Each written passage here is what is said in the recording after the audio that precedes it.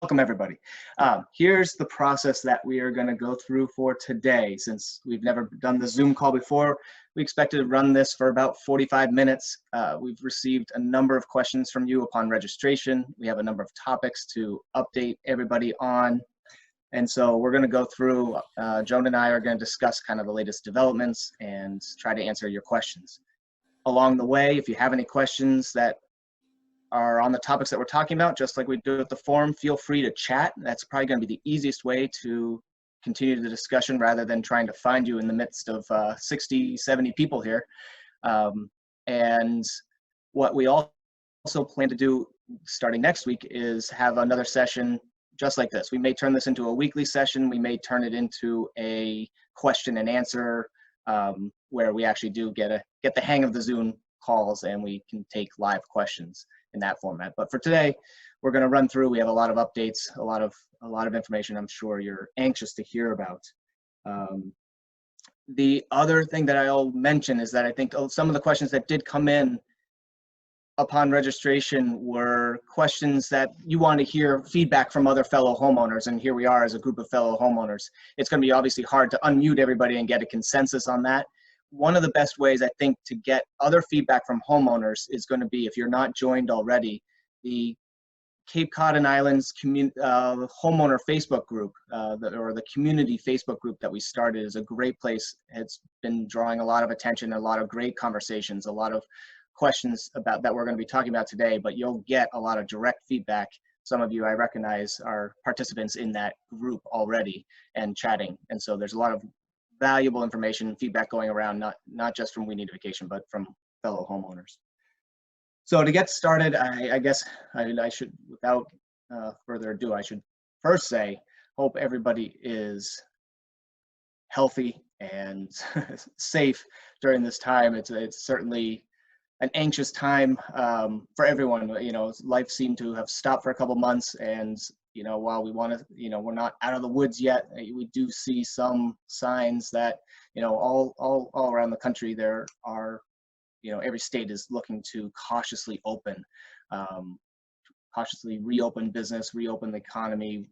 And obviously we're all here today to figure out, what does that mean for us? What does that mean for Massachusetts, for the Cape Cod and Islands community, and specifically for rentals? So the biggest thing on our mind is kind of what is the latest? What is the latest on Governor Baker's stance? And when do we expect to hear what? And that really is going to drive kind of what the summer season is going to look like. So I'm going to ask Joan to come in. Joan said hi to everybody, but Joan, hello. Hello. I will make a joke. If anybody here sees a bearing resemblance and thinks you might see something, you're seeing a double. Yes, Joan is my mother. Did not know that, or if you could not figure that out from our resemblance, but I'm surprised you admitted that.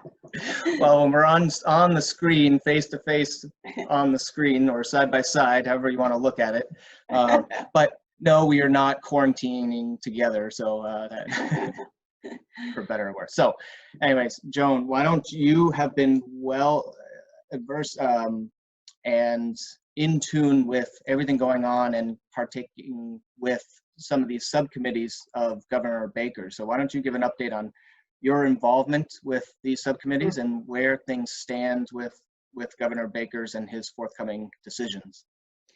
Sure. Just last week, a committee was formed called the Reopening Cape Cod Task Force, and by Cape Cod they mean Cape and Islands. And this task force has about 25 members, including the state Senator Sear and the representatives from the Cape and Islands, and many of the chamber, Wendy Northcross of the Cape Cod Chamber, representatives from chambers throughout the Cape and Islands, and businesses. So many people that represent different facets of the Cape and Islands communities. So that we are on a subcommittee of that committee and we met virtually via Zoom with Kevin Howard, who is on that committee, and last week, and expressed our thoughts, and we shared ideas. Another meeting we had, or a phone conversation, was with Brian Castle, who is the CEO of the Cape and Islands Association of Realtors. And he expressed to us that their goal is to present to the governor and the Governor's Council on Reopening Massachusetts a footprint for guidelines and expectations for reopening Cape Cod and the islands safely. And the one thing that really stood out is his underscoring the importance of a consistent message. So I'm sure many of you are hearing about rumors, and not necessarily rumors, but real thoughts from different communities on the Cape that would like to form some of their own rules, such as a 28-day minimum stay. And Ryan Castle expressly said that this is not something that we can do. It just has to be consistent. And he believes that the governor and their team will go along with that and agree that it has to be consistent. It would just be chaotic to have one town close their beaches or limit the length of stay, and then the next town over not do that. It just wouldn't work and would be very disruptive. The goal of everyone is to get the economy moving, and there are so many interests in that, restaurants and activities, and of course vacation rentals, hotels.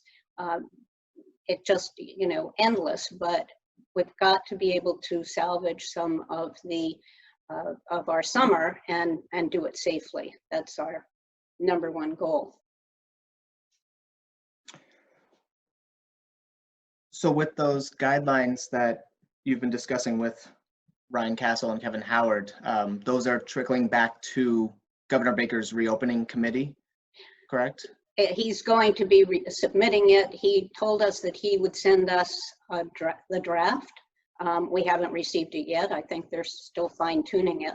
So they were taking recommendations and thoughts from many different sectors, and he will be sending it to us, but we don't have it as of yet. Okay. And when do you expect the guidelines to be coming out from Governor Baker's office? Is that going to be part of the 18th? We believe that it'll be Monday, May 18th. It's unusual that, in my mind, that he would be waiting until then, but to administer the guidelines and to publicly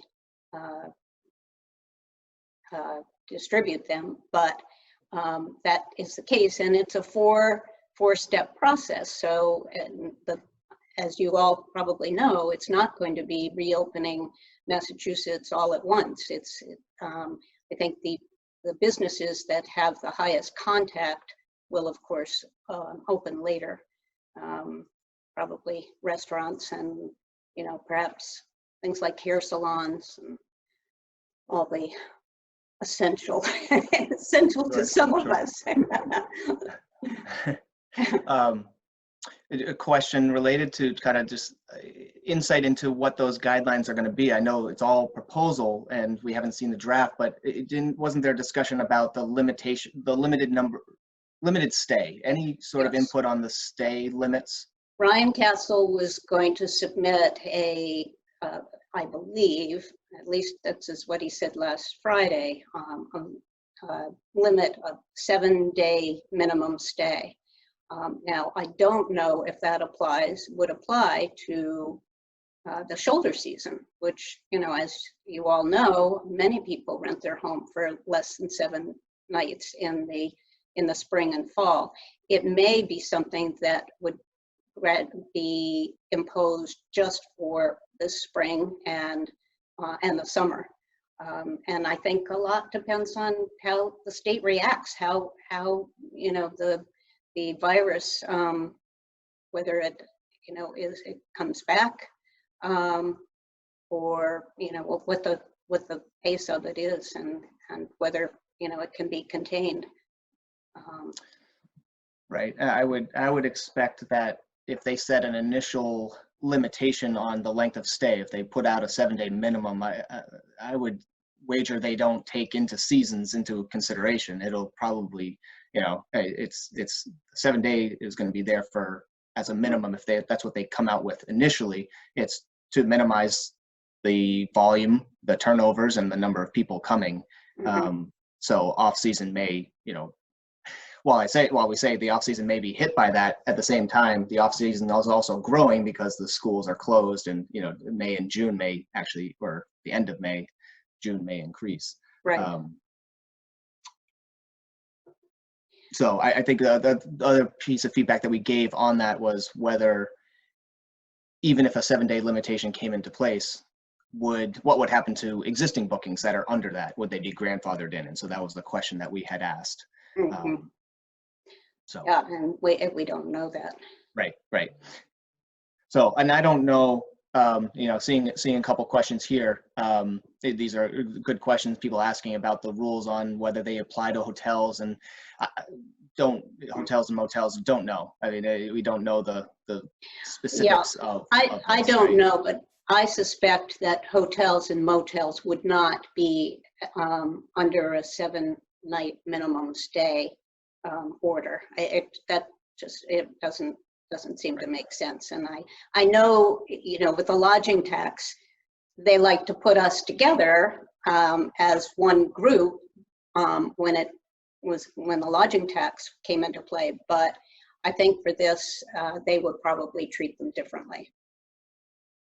Okay. Well, I think beyond this point, you know, getting further into the discussion, I mean, it's speculation. Right? We are going to be getting more details about what's forthcoming. You know, we can't answer definitively until we get these guidelines. So guidelines coming out Monday, and it's the very reason why we said we want to hold this meeting again after these guidelines come out, so we can fully review these guidelines in detail and take a look and have a follow-up to answer questions on those guidelines. I'm sure everyone's going to be itching to read those guidelines on Monday, if that indeed is when they come out, and try to analyze it. What does it all mean? So we're going to try to get that information out as soon as possible.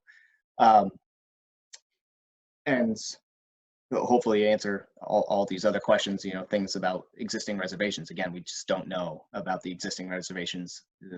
We have to wait to get these guidelines on Monday. But bottom line, kind of just what people are looking for is kind of the hope that, you know, is there going to be a summer at all? Like, if you were to, Joan, you know, what's your prediction on, you know, the bottom line? Will there be some sense of rentals being opened up at this point? Well, I think definitely, I guess I shouldn't say definitely, but I would say yes. The summer will open up. There will be a summer. It will not look like the normal one. There probably will be fewer people. However, when the ban is lifted, we suspect that there will be a great deal of pent-up demand for summer rentals. I mean, when you think about the number of families that have been cooped up in their homes for weeks on end, they're trying to homeschool their kids, along with their teachers, of course, and you know, they're going stir crazy. I've talked to a number of vacationers who say, we definitely plan to come, we really need a vacation. And I think that we've already seen an uptick in the number of inquiries just in the last couple of weeks. So I do think, and I think too, that it may open up June. We may see more inquiries for June because because kids are home from school, they can learn anywhere. Plus, a lot of camps are probably canceled, and so the families have many weeks that are open to them, and they probably want to get away. And 96% of the vacationers who come to the Cape and Islands in the summer through our site anyway, come from within a day's drive of, or even a couple of hours of the Cape. So it'll be an attractive destination, we feel. Right. Right, and I think that's probably again what we can expect with these guidelines that are coming out, is that they don't want to open the floodgates and just let, say, the Cape is open and rentals are open, hotels are open, and all of a sudden people that have this pent up demand are flooding to the Cape. So we have to realize that the guidelines are going to come out just as Governor Baker has already talked about the 4 phases. We would expect that there be some sort of phasing in approach. Will rentals be allowed on day 1 or phase 1, or is it going to be phase 2? And we will have to see what happens. What we've been doing, just in discussing with our vacationers and discussing within our teams about how are we going to treat, talking with our vacationers and helping to find your homes, we realize that we have to do so in a responsible way. That everybody, a lot of people have this pent up demand to get away, get to the beaches, but it's got to be done in a safe way. It's got to be done responsibly, and that's something that we're going to be promoting to our vacationer audience as well. Setting the appropriate expectations that yes, if rentals are open, yes, it's open, but there are going to be these limitations. Again, we can't expand on that yet in terms of exactly what the limitations may be, say, at the beaches, but it's definitely something that we want to be able to, we'll become well versed at and communicate to vacationers. Many of the homeowners, many of you have already said that you have a lot of vacationers that are taking a wait and see approach. They haven't canceled, and they're holding on to their vacations to see what happens. And that it's very true that people are waiting, they're longing for this vacation. In terms of Joan, you mentioned kind of the increase already. The feedback that, that I've been looking at the numbers and watching this kind of really, it's almost like the turn of the weather in May. This past 10, 11 days, we've already seen an increase in inquiries, 15 to 20% increase in May already and this is over last year. I saw a 17% increase in the number of vacationers that are on the site during the month of May. So I think my take on that is that there's been this pent-up demand, or a stoppage, if you will, from March and April, where folks just stopped life for a little while, and now they're getting back into whether they have time to focus on, what am I going to do this summer? I want to be able to get away, and Joan, as you mentioned, somewhere drivable. It's definitely, I put that out there just to add some level of positive view on what we're coming to see. If people are starting to increase the number of inquiries now, and this is with a booking ban that's currently in place, what's going to happen if and when rentals are permitted? I think again you'll see the pent-up demand will come forward, and there's going to be a lot of interest in the vacation in your rentals. And Jim, yeah. Didn't we see a dramatic increase in the inquiries for longer term bookings? I think at one point you said there was something like 128% increase in inquiries for the longer term. And right. And some of that to me is, we've got the time, we can work from anywhere as long as we have internet, our kids can learn from anywhere. Let's get out of this place and go someplace different, and what better, setting than by the ocean or. Right, well, that's the only thing that's allowed as of today. The only rentals allowed are 31 plus days, 32 plus days. 32 plus days. Is considered longer term. It's not considered short term, so it is not banned. Plus, the added bonus is there's no tax for any rental tenancy that's 32 days or more. Right. I've been watching the search data on terms such as long-term Cape Cod rentals, monthly rentals, and that has seen a 400% increase over the same time period in, say, January. So kind of the interest level of long-term rentals is there. A lot of people are looking for long-term rentals. It's not, I understand, desirable for every homeowner, but some have said, yeah, I don't want to deal with the weekly turnovers. If I can get a monthly a guest for the summer or for a single month, July and August, that's really going to simplify things. We'll get into our cleaning topic in a minute, but it would simplify our cleanings and turnovers if you had a monthly tenant. So there is interest out there for that.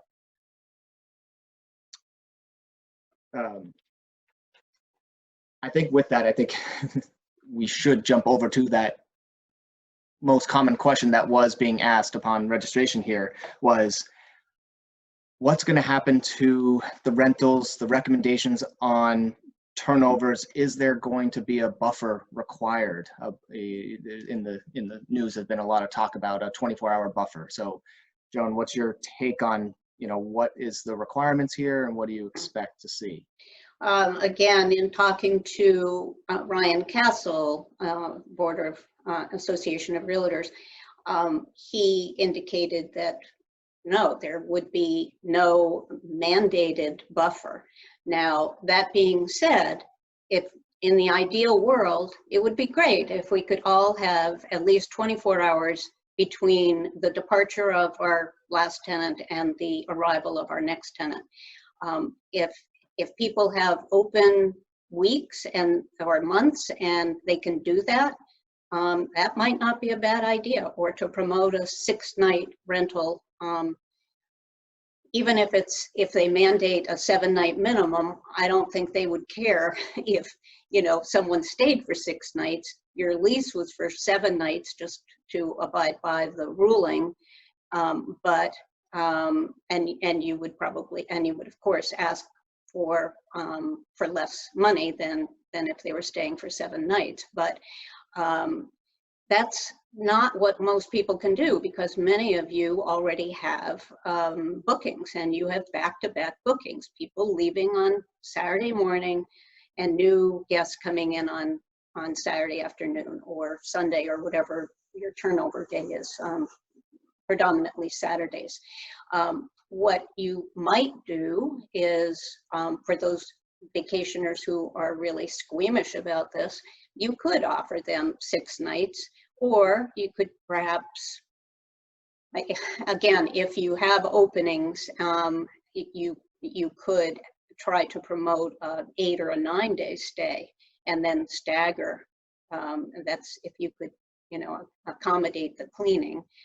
Stagger the rentals. You probably would have some days that had, there was no one there, but it's an unusual summer with the cleaning protocol that we're going to have to put in place. So whatever people can do to be flexible. The other thing that you might do if you are committed to the Saturday to Saturday turnover is to ask your incoming tenants to come a little later. Instead of 3 o'clock, maybe make it 5 o'clock or even 6 o'clock. They might not like it, but you would have to explain to them that it's in their best interest and you're concerned about their health and safety. So I know that some cleaning companies are even saying that they won't even send the cleaners into a house until hours after the departure of the guests. That could make things a little more difficult too. I think we've been talking about this for a while, and I think, as you mentioned, some vacationers may not like it, and I don't own a rental, but I sit on the vacation renter side of things, and I rent a home in Wellfleet each summer. So, from my perspective, as you say, vacationers aren't going to be happy if you change those terms on them. My perspective is tough. Like, do what's in the best interest of safety here. This is unprecedented time where this is an unusual summer. Do what's right and do what makes it's safe for everybody. Do what you can to work under, your cleaners may have guidelines that they need to follow. So I think vacationers will understand and what, if I'm able to take a vacation this summer, if I lose a few hours because I have to check in late, so be it. Like if that's what it takes to get me to the Cape and to enjoy a stay, that's what it's going to be. So I think, work within the guidelines and ensure that you're doing things that are kind of, following the guidelines and best practices there. Yeah, the other thing, Jim, is that we homeowners have to emphasize to our guests that the checkout time and check-in time has to be abided by. Every summer, we have one family, been coming for over 20 years, and they always come early, and they just say to our cleaners, it's okay, we'll make do. We're just going to make a mess when we get in here. That's okay, you can leave. And we just won't allow that this summer. People have to respect the time and the fact that there is a finite number of hours for the cleaning crew, and it's not always easy to have the cleaning crew come at a consistent time either. They usually have a number of homes that they have to do, and if they're delayed on, for instance, the first 1 or 2 homes, and it's going to take longer this summer for them to do the cleaning and disinfecting, that pushes them back to the point where they're stretched for the whole day. So communications, it feels like communications with your guests, your guests that have already been booked and they already have their bookings in place. Any changes to your process, your check, especially repeat renters, they're used to, like you said, they're used to coming and saying, oh, don't worry about it. It seems to me that communication with your guests is going to be critical here, to ensure that you're communicating with them to give them updates on where things stand, any changes to your rules or your guidelines, and making sure that it fits. They don't want to be surprised on the day before their arrival that check-in is now at 6 p.m. instead of 3 p.m. Yeah. So I mean, what are your recommendations on? Yeah, vacationers are naturally anxious about this too. While they want a vacation, they want it to be safe, and and they have qualms about this, and the fact that they will be going into a home perhaps for the first time, and they want to be secure in the knowledge that it's going to be safe for them. So, reaching out to them even now, just to reassure them is a good idea, and to explain what you're going to be doing in terms of cleaning protocol, that you've been in touch with your cleaning crew, that these are the extra measures that will be taken, and that we will be leaving sufficient cleaning materials for you at the house for you to use while you're there. All of that is really important in the communication with guests, to make them feel like, I'm really looking forward to my vacation, and I can be rest assured that that our family will be safe. Right. Well, we're in a new area here. Clearly, I mean, more cleaning needs to be done this year than ever. Cleaning is always a hot topic every year, and this year, obviously, it's exponentially more important. So, as you mentioned, homeowners explaining to their guests what they're going to do. I think, how can we provide? What are we going to do? What's WeNeedaVacation going to do to provide some guidance here? I think there are checklists that are out there, or there will be forthcoming. Mm-hmm. What sort of information have we run across, or can we provide? You might have to wait till the 18th, but right. Well, many of you have probably already read our pretty comprehensive blog post on cleaning, and we are updating that all the time.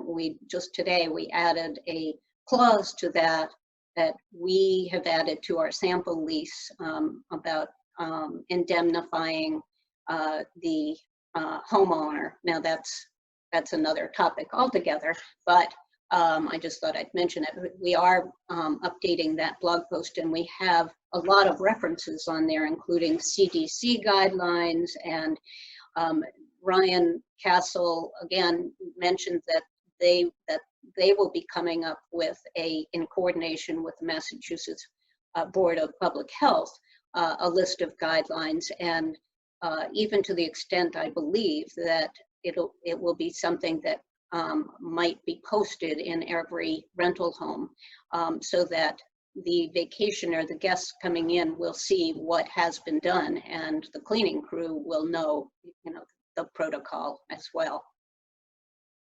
And so a checklist that they perhaps might even, Sure. the cleaning crew might even have to, sign off on each week.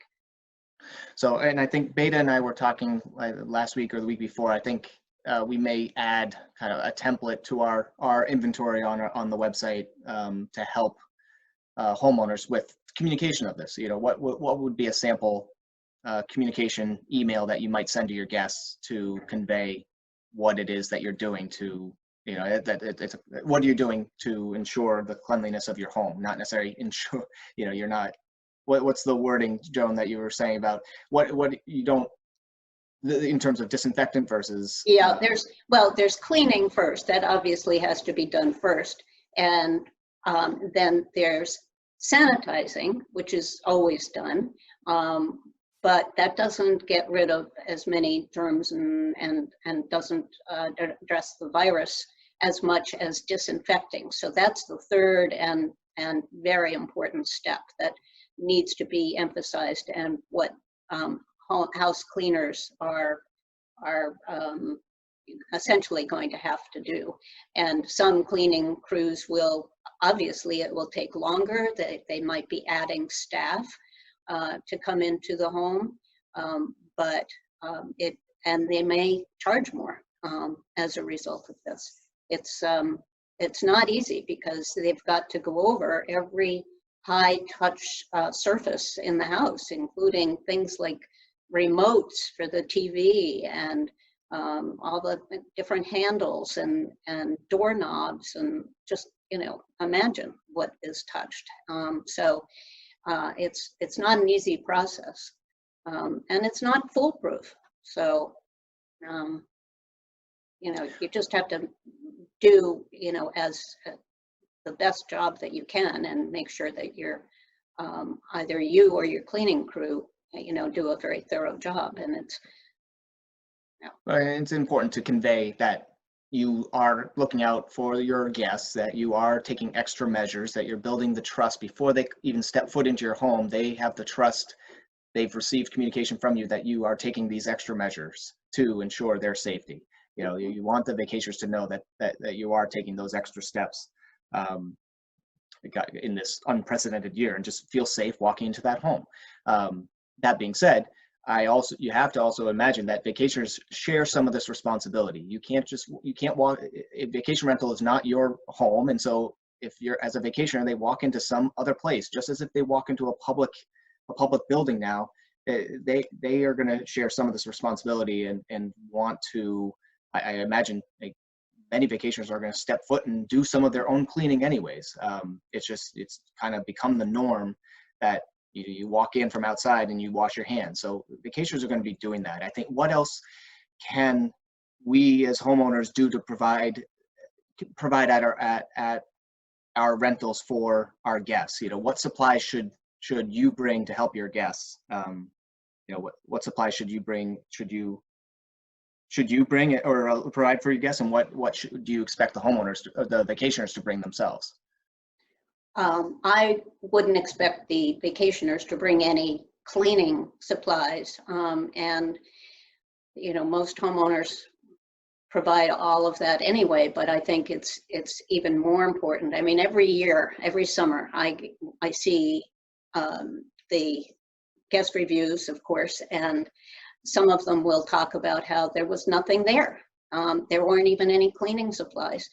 That can't be. That you've got to leave these items for them to use.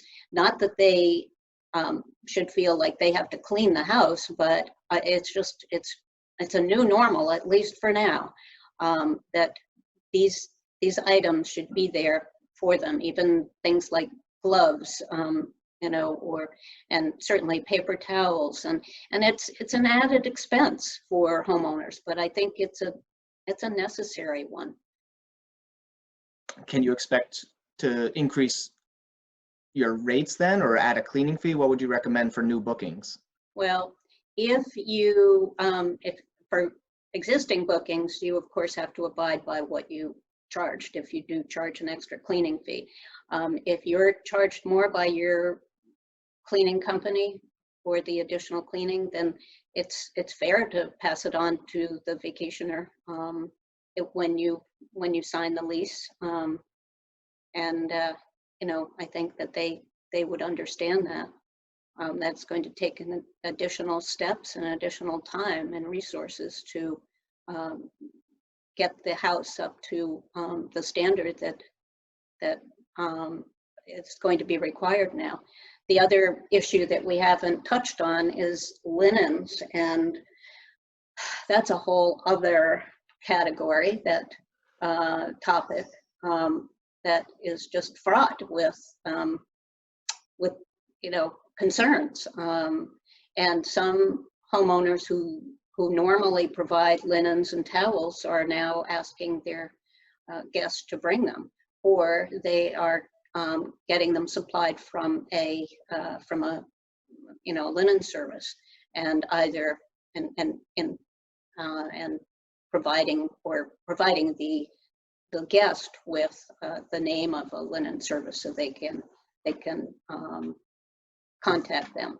But doing the extra cleaning and also providing linens, and you know, do you launder the blankets in between and the spreads? And some homeowners are taking away all of the fluff. They're taking away the decorative pillows and the pillow shams on, you know, sometimes the things that really make a house look charming, but for this summer, some of them are removing those items just, you know, to make it a little more hotel-like, and you know, eliminate the worry with those items. Although viruses don't tend to stick to soft items as easily as to hard surfaces. So, but we keep learning more and more about that.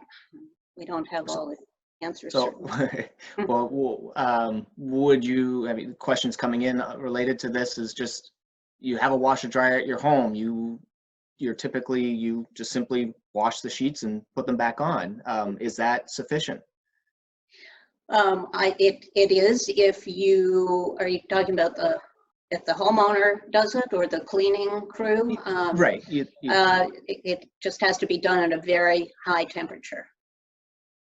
And it's probably fine, but you know, normally people don't wash blankets and bedspreads and comforters and all that. So, you know, you can't remove those items and not furnish them. So, you know, you just have to do the best you can. I mean, I'm thinking of getting a second, you know, spread and blanket for every bed in our house, and then have my linen person change them in between. But that's, you know, right, get expensive and difficult. Right. And maybe we don't have all the answers to this, but you know, again, a couple questions coming in here about just decorative pillows on the beds, on the couches. You know, what are those? You know, those aren't standard that in years past we've ever thought about. We usually think about aligning, you know, making your room look nice, not right. Has this been sanitized? So, you know, what's the expectation there on beyond, you know, a step beyond just your sheets and pillows? Yeah. Well, I think the bottom line is, if you can declutter your house so that it's more easily cleanable, that's step one. And if there are some of these items, smaller items that are expendable, so, you know, little, you know, pillow, decorative pillows and such. I mean, it's not necessary that you have them in the house. So if you want to remove them, you know, I know it's tough, and I know it's tough. I see the comments here, you know, just the fact that we're in this state that we're, you know, it's stressful to think about. And that, Joan, as you mentioned, you do all these things for your rental to make sure it looks nice and it's well represented on your listing and when they walk into the home, and yet now we're saying take it all away. It's a tough thing to hear, but again, in the eyes of doing things that are both easiest, safest, and to me, it makes sense for this year to try to simplify things. Yeah. Make It's things all, easier for it's in you the and for the, yeah, it's in the perception too. I doubt that somebody's going to get the virus from a, a pillow sham or something, but right. I think if we can remove a lot of those items just for this summer, your house will still look nice. It might look a little more like a hotel and a little less charming, but I think vacationers will sacrifice charm for, their peace of mind. Right. And always remember that, again, we're touting the fact that Cape Cod and the islands, especially, is a drivable destination, meaning people can pack up their car if they need to pack up a little bit more, if they need to pack up a few extra things, if they don't normally take sheets, now they can, if they want to bring pillows, they can, and I fully expect a lot of people will take advantage of that. This, being able to just pack up the car and bring the necessities, they'll be bringing, Yeah, yeah, I think in terms of, I see somebody commenting, what about pillows? Well, you need to provide a pillow for every bed. Maybe, you change the liner along with the pillowcase every week. Or if you get some squeamish vacationer, a guest, and again, this is where communication ahead of time comes in.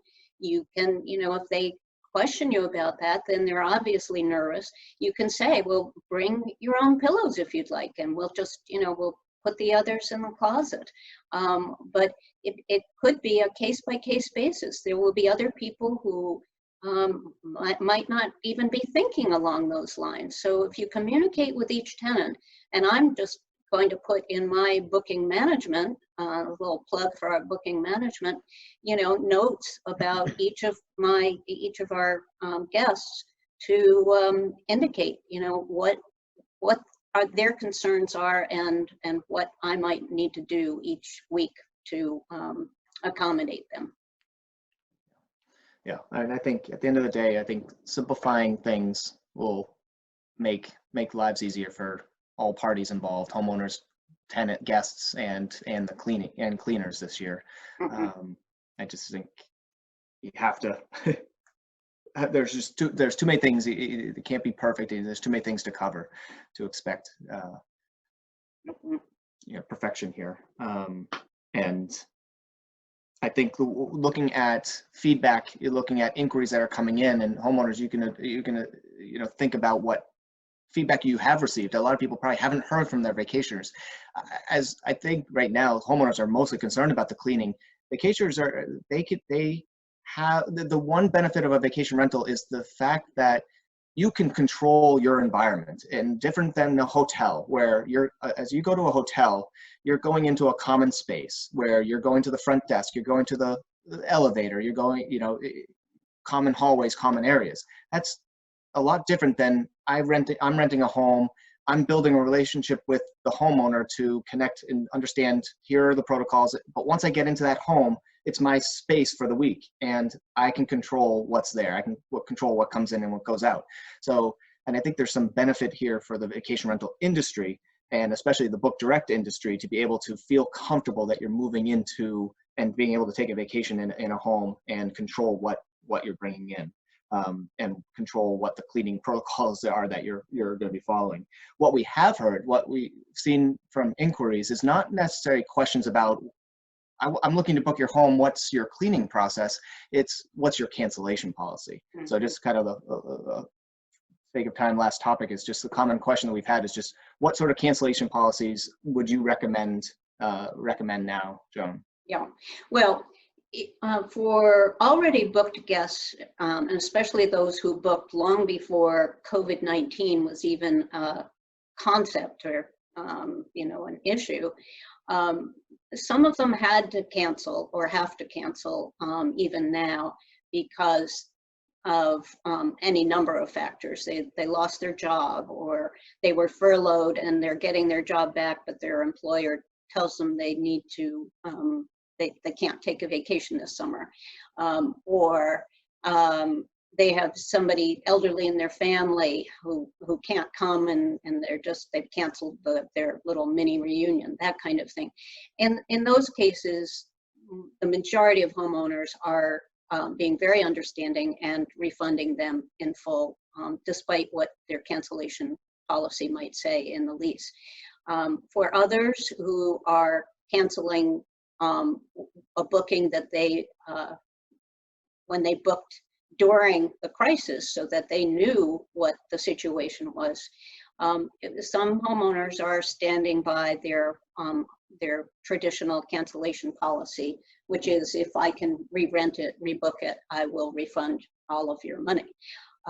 Some are offering maybe 50% a refund right now, and then the remaining when they've rebooked the home. So there's no one answer to that question, and we're just really recommending that you be compassionate and understanding. I heard from one renter who was a little disgruntled because she said, I have to cancel, and they weren't, the homeowner wasn't at all sympathetic to me. And then I heard the opposite from a homeowner who said they canceled, someone canceled, and they weren't at all sympathetic of my situation because I had to give up this money. So I think, both sides, there has to be understanding and compassion. This is like no other issue that we have ever had before, obviously. So. Okay, I'm looking to see if there's other chats here, other questions. There's certainly a lot to cover, and I'm sorry we're not going to be able to get to everything on this list. In terms of, there are a couple questions just to answer. The waiver, indemnify, you said you had updated the lease for, and if anybody, I think just to summarize, if you need like an updated sample lease, we can provide that. We will, in addition to any other of these notes. I think there's a lot, I see a lot that we're not going to be able to cover here in the chat. A lot of great questions and conversations that people are having as it goes through. So we can take this information, dissect it, and certainly summarize and send out the full video recap and some chat, answer some of these additional chat questions that are in here. Yes, and what's our plan for next week? So I do expect that we're going to be sitting at our desks waiting for Baker to give his announcement. We do expect it maybe noontime is when he gives it on the 18th, and then I think the same time, give us a day to review this, give it a day for you guys to review. So I think we'll set a similar time next Wednesday. We'll confirm exactly if that works, but Joan and I have already talked about doing one next Wednesday to talk about kind of what the guidelines are and what it means and answer any additional questions. So 2 yes. o'clock. 2 o'clock. Well, we'll confirm. I think this is what we're going to do is we're going to set up that web page again. Everybody that is on this call and signed up for today's call, you don't need to register again. We'll send you an email and you can join if you can, but you're automatically registered. And we'll send out that information. Again, I think, I think just for sake of time, we're going to wrap it up today. And thank everybody for joining in. Hopefully we get some good information on Monday, and we'll do another round and address your questions and give you some guidance moving forward. Joan, anything else? Well, just to thank you for joining us. We're, it's beginning to sound a little trite, but we're all in this together, and we really would like to help you through it, and we're depending on you to give us your feedback too, and we'll do it.